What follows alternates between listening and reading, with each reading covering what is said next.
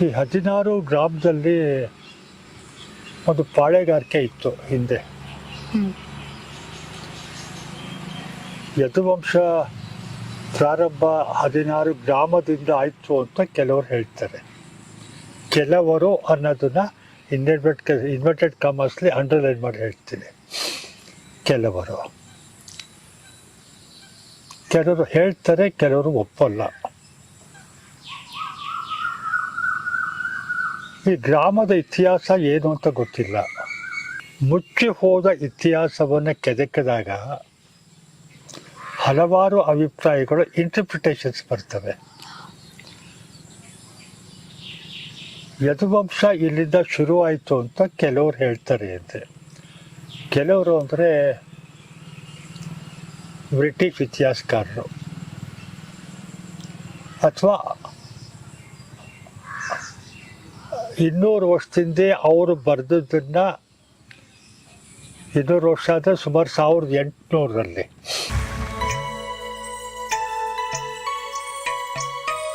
Kernel Wilkes ಮತ್ತು rice ಬರೆದದ್ದನ್ನು.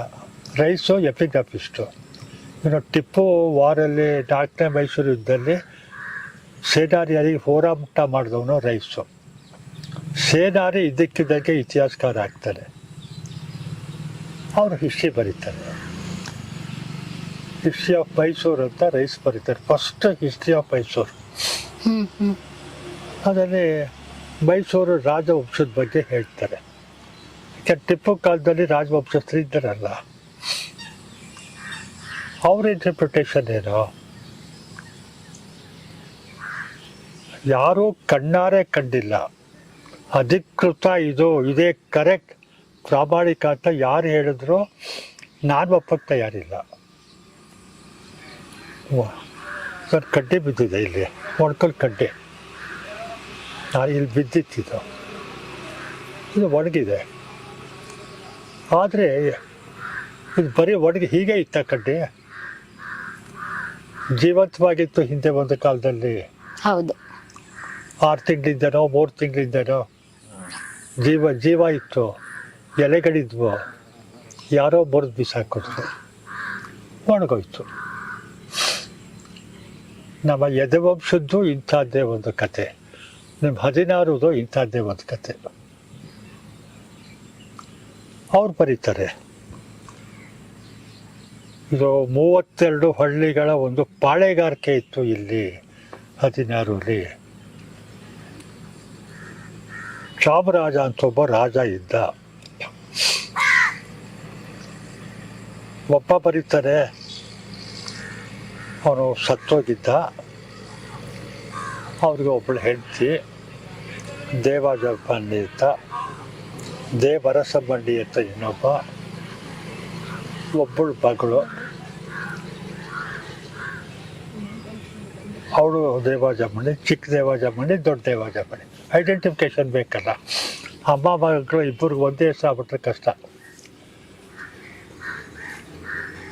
ಅವನು ಸತ್ತೋಗಿದ್ದಾನೆ ಅಂತ ಒಬ್ಬ ಇತಿಹಾಸಕಾರ ಹೇಳ್ತಾನೆ, ಚಾಮರಾಜನ. ಇನ್ನೊಬ್ಬ ಇತಿಹಾಸಕಾರ ಹೇಳ್ತಾನೆ, ಇಲ್ಲ, ಅವನಿಗೆ ಹುಚ್ಚಿಡ್ಕೊಂಬಿಟ್ಟಿತ್ತು, ಹುಚ್ಚುಚ್ಚಾಗಿ ಅರಿತಾ ಇದ್ದ, ಬದುಕಿದ್ದು ಸತ್ತಂತಿದ್ದ ಅಂತ ಹೇಳ್ಬೋದು.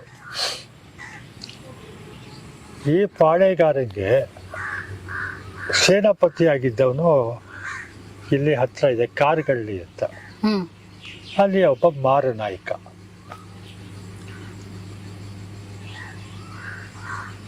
ಪಾಳೆಗಾರನ ಜಾತಿ ಯಾವುದು ಗೊತ್ತಿಲ್ಲ. ರಾಜ್ಯ ಆಳುವವನು ಅರಸು ಅನ್ನೋ ಲೆಕ್ಕ ಇಟ್ಕೊಳ್ಳ. ಅವನು ಕೆಳವಂಶಸ್ಥ, ಮಾರನಾಯಕ. ನಾಯಕ ಅಂತ ಹೆಸರು ಇದೆಯಲ್ಲ. ಇವನು ಸತ್ತೋಗಿದ್ದ ಅಥವಾ ನಿಷ್ಕ್ರಿಯನಾಗಿದ್ದ, ತಲೆ ಕೆಟ್ಟು. ಆಗ ಅವನು ಇವನ್ನ ಬ್ಲ್ಯಾಕ್ ಮೇಲ್ ಮಾಡ್ತಾನಂತೆ ಅಂತ ಹೇಳ್ತಿದ್ದೀನಿ. ಅವನ ಹೆಂಡತಿಗೆ, ನಿನ್ನ ಮಗಳು ಕೊಟ್ಟು ನನಗೆ ಮದುವೆ ಮಾಡು, ನನ್ನ ಕಾರ್ಗಳ್ಳಿ ಪಾಳೆಗಾರಿಕೆ ಇದು ಎಲ್ಲ ಕ್ಲಬ್ ಮಾಡಿ ನಾವಿರೋಣ. ಅವಳು ಒಪ್ಪಲ್ಲ, ಯಾಕಂದ್ರೆ ಜಾತಿ, ಧರ್ಮ ಅಲ್ಲ ಜಾತಿ. ಸರಿ, ಅವಳು ಒಪ್ಪಲ್ಲ. ಕೆಳಜಾತಿ ಅವನಿಗೆ ಯಾಕೆ ನಾವು ಮೇಲ್ಜಾತಿಯವ್ರು ಕೊಡಬೇಕು? ಮನಸ್ಸಿಲ್ಲ. ಆಗ ಅವನು ಒತ್ತಾಯ ಮಾಡ್ತಾ ಇದ್ದಾನೆ. ಇದು ಸ್ಟೇಜ್ 1, ಚಾಪ್ಟರ್ ನಂಬರ್ 1 ಇದು. ಅಲ್ಲಿಗೆ ಇಬ್ಬರು ಸೋದರರ ಪ್ರವೇಶ ಆಗುತ್ತೆ. ವಿಜಯ ಮತ್ತು ಕೃಷ್ಣ ಅಂತ ಇಬ್ಬರು ಅಣ್ಣ ತಮ್ಮಂದರು. ಎಲ್ಲಿಂದ ಬರ್ತಾರೆ ಅವರು? ಯಾಕೆ ಕೇಳಿದೆ ಪ್ರಶ್ನೆ? ಅಂದ್ರೆ ಪ್ರವೇಶ ಆಗುತ್ತೆ ಅಂದ್ರಲ್ಲ, ಹೇಗೆ ಪ್ರವೇಶ ಮಾಡಿ? ಸರಿಯಾಗಿ ಗೊತ್ತಿಲ್ಲ, ಎಲ್ಲಿಂದ ಬಂದಿರೋದು ಗೊತ್ತಿಲ್ಲ. ರೈಸ್ ಬರೀತಾನೆ, ವಿಜಯನಗರ ಸಾಮ್ರಾಜ್ಯ 1336 ಶುರು ಆಗುತ್ತೆ. ಸಾಮ್ರಾಜ್ಯದ ವಿಜಯನಗರ ಆಳ್ವಿಕೆ ಶುರು ಆಗುತ್ತೆ. ಹಕ್ಕ ಬುಕ್ಕರು ಅವ್ರ ಹತ್ರ ಇವರು ಆಶ್ರಿತರಾಗಿದ್ರು. ಏನಾಗಿದ್ರು ಗೊತ್ತಿಲ್ಲ. ಅವನ ಹತ್ರ ಒಂದು ಪಾಳೆಗಾರಿಕೆ ಇದ್ದು ತಾನೇ ಸಾಮಂತ ಆಗೋದು. ಅಲ್ಲಿ ಇಲ್ಲದೆ ಹೋದ್ರೆ ಸಾಧ್ಯ ಇಲ್ಲ. ಅವ್ರ ಹತ್ರ ಇದ್ದ. ಅವರು ಅಲ್ಲಿಂದ ಬೇರೆ ದೊಡ್ಡ ಕೆಲ್ಸಗಳು ಹೊಡಿಕೊಂಡು ಅದೃಷ್ಟ ಪರೀಕ್ಷೆ ಮಾಡಕ್ಕೆ ಬರ್ತಾರೆ. ಬಂದು ನಿಮ್ಮ ಈ ಕೆರೆ ಇದೆಯಲ್ಲ, ಕೆರೆ ದಂಡೆಯಲ್ಲಿ ಕೂತಿರ್ತಾರೆ. ಇದು ರೈಸ್ ಹೇಳೋ, ಇವನು ಯಾರು ವಿಲ್ಕ್ಸ್ ಹೇಳೋ ಮಾತು. ಇಲ್ಲಿ ನೀರು ಸೇದಕ್ಕೆ ಬಟ್ಟೆ ಒಗೆಯಕ್ಕೆ ಬರೋ ಹೆಣ್ಮಕ್ಳು, ಅಯ್ಯೋ ಪಾಪ ನಮ್ಮ ರಾಜನ ಹೆಂಡತಿಗೆ ಏನು ಕೊಡ್ತಾರಪ್ಪ, ಆ ಕತೆ ಹೇಳ್ಕೊತಾರೆ. ಇವರು ಕೇಳಿದ್ರು, ಹೃದಯ ಕರಗುತ್ತೆ. ಏನ್ರಮ್ಮ ಕರೆಕ್ಟಾಗಿ ಹೇಳಿ. ನಾವು ಇದನ್ನು ಬಗೆಹರಿಸ್ಕೊಡ್ತೀವಿ, ನೀವು ಅವ್ರಿಗೆ ಹೇಳಿ, ದೊಡ್ಡ ರಾಳಿಗೆ ಹೇಳಿ ನಾವು ಸಮಸ್ಯೆ ಬಗೆಹರಿಸ್ತೀವಿ. ಆ ಥರ ಅವ್ರನ್ನ ಸಂಪರ್ಕ ಮಾಡ್ತಾರೆ. ಚಾಮರಾಜನ ಹೆಂಡತಿ ಅಥವಾ ರಾಣಿಯ ತಂದ್ಕೊಳ್ಳ, ಅವಳಿಗೆ ಇವರಲ್ಲಿ ನಂಬಿಕೆ ಬರುತ್ತೆ. ಅಪರಿಚಿತರಲ್ಲಿ ವಿಶ್ವಾಸ ಹೇಗೆ ಬಂತು ಅಂತ ಪ್ರಶ್ನೆ ಕೇಳುವಂಗಿಲ್ಲ. ಅವಳು ನಂಬ್ತಾಳೆ. ಆಯ್ತಪ್ಪ, ಈ ಥರ ಆಗಿದೆ, ನಾವು ಬಗೆಹರಿಸ್ಕೊಡ್ತೇವೆ ಕಣವ. ಆಯಿತು, ಹೇಗೆ ಬಗೆಹರಿಸ್ತೀರಿ ನೀವು? ಮದುವೆ ಡೇಟ್ ಅವ್ರು ಹೇಳಿದಾರಲ್ಲ, ಅಲ್ಟಿಮೇಟಮ್ ಕೊಟ್ಟಿರ್ತಾನೆ ಅವನು. ಡೇಟ್ಗೆ ಮದುವೆ ಅರೇಂಜ್ ಮಾಡಿಬಿಡಿ. ನಿಮ್ಮ ಬೆಂಬಲಿಗರು ಯಾರಿದ್ದಾರೆ ಒಂದು ಎಷ್ಟೋ ಅವರು ನಮ್ಮ ಜೊತೆ ಕೊಡಿ, ಮಾತಾಡ್ತೀವಿ. ಆಯಿತು, ಪ್ಲಾಟ್ ಮಾಡಿದ್ರು. ಮದುವೆ ಫಿಕ್ಸ್ ಆಯಿತು. ಮಾನಾಯಕ ಬಂದಾಗ ಖುಷಿಯಿಂದ ಸಲ್ಲೆ ಹೊಡ್ಕೊಂಡು ಕುಂತಿದ್ದ ರೂಮಲ್ಲಿ. ಇವರು ಬ್ರಡ್ಡ ತಮ್ಮಂದರು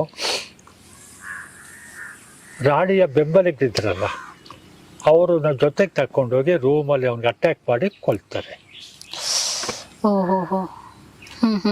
ಆಮೇಲೆ ತಮ್ಮ ಕೃಷ್ಣ ಇದ್ದಲ್ಲ, ಹೋಗೋ ಕಾರ್ಗಳಿಗೆ ಹೋಗಿ ಇವನ ಪಾಡಿಗಾರಿಕೆ ಇತ್ತಲ್ಲ ಅದನ್ನು ವಶಪಡಿಸ್ಕೋ ಅಂತ ಹೇಳ್ತಾರೆ. ಇದು ವಿಲ್ಕ್ಸ್ ಬರೆಯೋದು. ಆಮೇಲೆ ವಶಪಡಿಸ್ಕೊತಾರೆ. ಖುಷಿ ಆಯಿತು, ಕಂಟಕ ನಿವಾರಣೆ ಆಯಿತು. ಗಿಫ್ಟ್ ಕೊಡ್ಬೇಕಲ್ಲಪ್ಪ. ಆಮೇಲೆ ಥ್ಯಾಂಕ್ ಯು ವೆರಿ ಮಚ್ ಅಂತ ಹೇಳಿ ಕಳ್ಸೋಕ್ಕಾಗುತ್ತಾ? ಇಲ್ಲ. ಕಂಟಕ ನಿವಾರಣೆ ಮಾಡೋದಲ್ಲ, ನನ್ನ ಮಗಳನ್ನ ನೀನೇ ಮದುವೆ ಆಗಯ್ಯ. ಬಂದಿದ್ದವ್ರು ಯಾವನು ಅಂತ ಗೊತ್ತಿಲ್ಲ, ಅಪರಿಚಿತ ವ್ಯಕ್ತಿ. ಅಪರಿಚಿತ ವ್ಯಕ್ತಿಗೆ ನಾವು ನಮ್ಮನೆ ಸಮಸ್ಯೆ ನಿವಾರಣೆ ಮಾಡ್ಕೊಳ್ಳೋ ಅಂತ ಹೇಳ್ತೀವ, ಹೇಳುವ ಸಾಧ್ಯತೆ ಇದೆಯಾ? ಕ್ವಶನ್ಗೆ ಉತ್ತರ ಇಲ್ಲ. ವಿಲ್ಕ್ಸ್ ಬರ್ದ, ಅದು ಚಾಲ್ತಿಲಿದೆ. ಆಮೇಲೆ ವಿಲ್ಕ್ಸು ಫುಟ್ ನೋಟಲ್ಲಿ ಇನ್ನೇನು ಬರೀತಾರೆ, ಮದುವೆಯ ನಂತರ ಈ ಕನ್ವರ್ಟೆಡ್ ಇಂಟು ದೇರ್ ಜಂಗಮ ಸೆಕ್ಟ್ ಅಂತ. ಮದುವೆ ಆದ್ಮೇಲೆ ಹೆಣ್ಣಿನ ಯಾರ್ ಮದ್ವೆ ಆಗೋದು? ಇಬ್ರು ಪ್ರವೇಶ ಆಗುತ್ತೆ ಅಂತ ಹೇಳಿದ್ರಿ. ಅಣ್ಣನ ಹೆಸರು ಅಣ್ಣ ವಿಜಯ. ಅವನು ಎದುರಾಯ ಅಂತ ಹೆಸರು ಚೇಂಜ್ ಮಾಡ್ಕೊತಾರೆ. ಯಾತಕ್ಕೆ ಮಾಡ್ಕೊಂಡ ಗೊತ್ತಿಲ್ಲ. ಹೆಸರು ಚೇಂಜ್ ಮಾಡ್ಕೊಳ್ಳಿಕ್ಕೆ ಒಂದು ಕಾರಣ ಇರಬೇಕು. ಹೌದು, ಚಪ್ಪಲಿಕ್ಕೆ ಮಾಡ್ಕೊಳ್ಳಲ್ಲ. ಯಜುರಾಯ ಅಂತ ಹೆಸರು ಚೇಂಜ್ ಮಾಡ್ಕೊಂಡ ಅಣ್ಣ.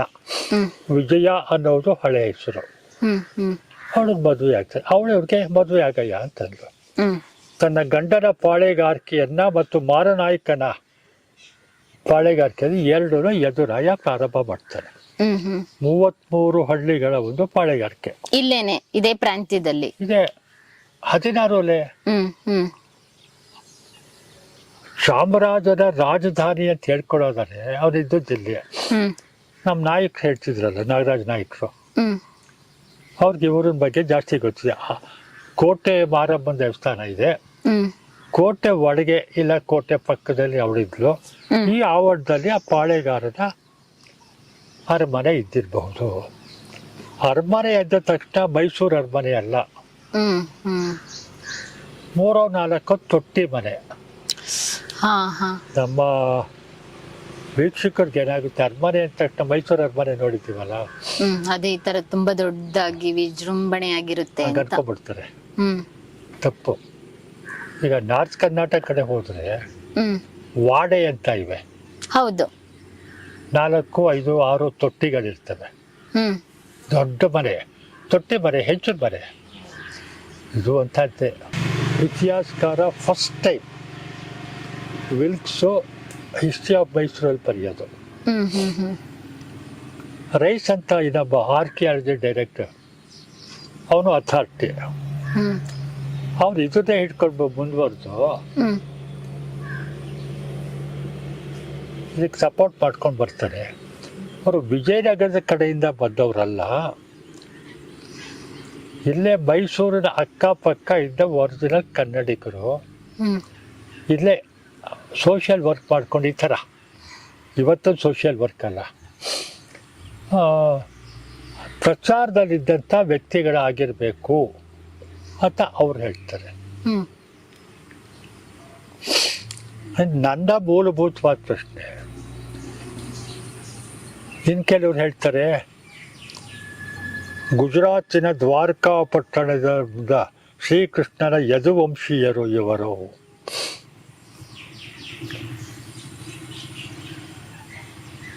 ಗುಜರಾತಿನ ಬಂದ ಯಾವ ಭಾಷೆ ಮಾತಾಡ್ತಾನೆ? ಗುಜರಾತಿ. ಇಲ್ಲಿಗೆ ಪರದೇಶದವನು.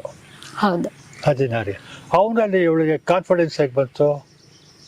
ಅದು ನನ್ನ ಮನೇಲಿ ಇಂಥ ಪ್ರಾಬ್ಲಮ್ ಇದೆ ಕಣೆಯ, ಸಾಲ್ವ್ ಮಾಡ್ಕೊಡಿ ಅಂತ ಹೆಂಗಂತಾಳೆ.